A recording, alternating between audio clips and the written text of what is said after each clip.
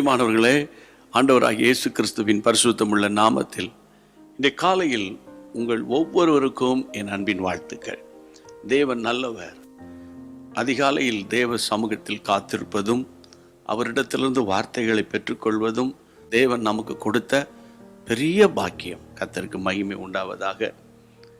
கர்த்தருடைய பிள்ளைகளே, அனுதினமும் ஆவியானவரோடு என்ற இந்த ஒரு ஷார்ட் மெசேஜ் உங்களுக்கு பிரயோஜனமாக இருக்கிறது என்பதை உங்களிடத்திலிருந்து வருகிற எல்லா கமெண்ட்ஸுக்காக கர்த்தருக்கு ஸ்தோத்திரம். தேவன் நல்லவர். ஒவ்வொரு நாள் அவருடைய சத்தத்தை கேட்கணும், அதை அறிந்து நம்ம செயல்படணும். அப்போ தேவன் நம்மை கைவிடவே மாட்டார்.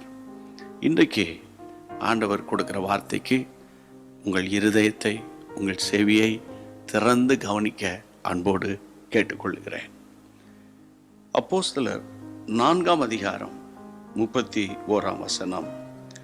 அவர்கள் ஜெபம் பண்ணின போது அவர்கள் கூடியிருந்த இடம் அசைந்தது. அவர்கள் எல்லாரும் பரிசுத்த ஆவியினாலே நிரப்பப்பட்டு தேவ வசனத்தை தைரியமாய் சொன்னார்கள். அவர்கள் ஜெபம் பண்ணின போது அவர்கள் கூடியிருந்த இடம் அசைந்தது. பரிசுத்த ஆவியினாலே அவர்கள் எல்லாரும் நிரப்பப்பட்டு கர்த்தருடைய வசனத்தை தைரியமாய் சொன்னார்கள். கர்த்தருடைய ஆவியானவர் அல்லது பரிசுத்த ஆவியானவர் உங்களை நிரப்பும் போது நீங்கள் ஆவியில் நிரம்பி ஜெபிக்க இங்கே என்ன நடக்கிறது? கூடி இருந்தபோது அவர்கள் கூடி இருந்த அந்த இடமே அசைகிறது. அப்போ இன்னைக்கு ஆண்டவர் என்ன சொல்லுகிறார் தெரியுமா?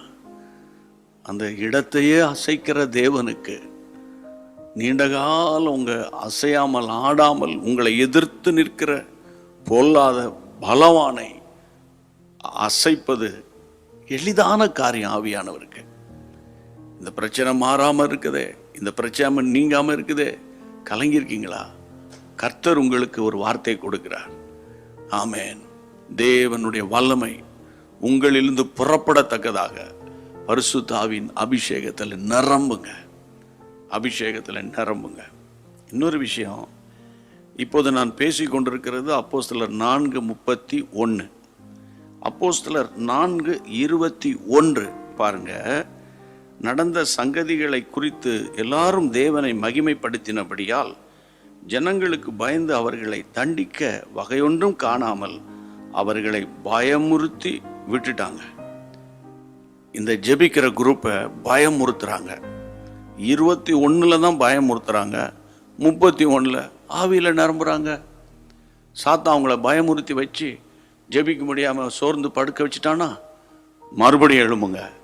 புது பலனை கர்த்தர் உங்களுக்கு தருவாராக. புதிய நம்பிக்கையை கர்த்தர் உங்களுக்கு தருவாராக. அப்படியே ஜெபம் பண்ணிடலாம். கையை உயர்த்தி, பரிசுத்தமுள்ள நல்ல ஆண்டவரே, இப்பொழுதும் அப்பா இந்த தீர்க்க தரிசன வார்த்தையின்படி ஆண்டவரே, சாத்தான் பயமுறுத்தி கலங்க வண்ணி பல குழப்பங்களுக்குள்ள வேதனைக்குள்ள சிக்க வைத்து தடுமாறி கொண்டிருக்கிற இந்த நேரத்தில் உம்முடைய பிள்ளைகளை தேவனுடைய கரம் ஆண்டவரே அவர்கள் மேல் நீட்டப்படட்டும் ஐயா. புதிய எண்ணெய் அபிஷேக தைலத்தால் உம்முடைய பிள்ளைகளை நிரப்பி விடுங்கப்பா.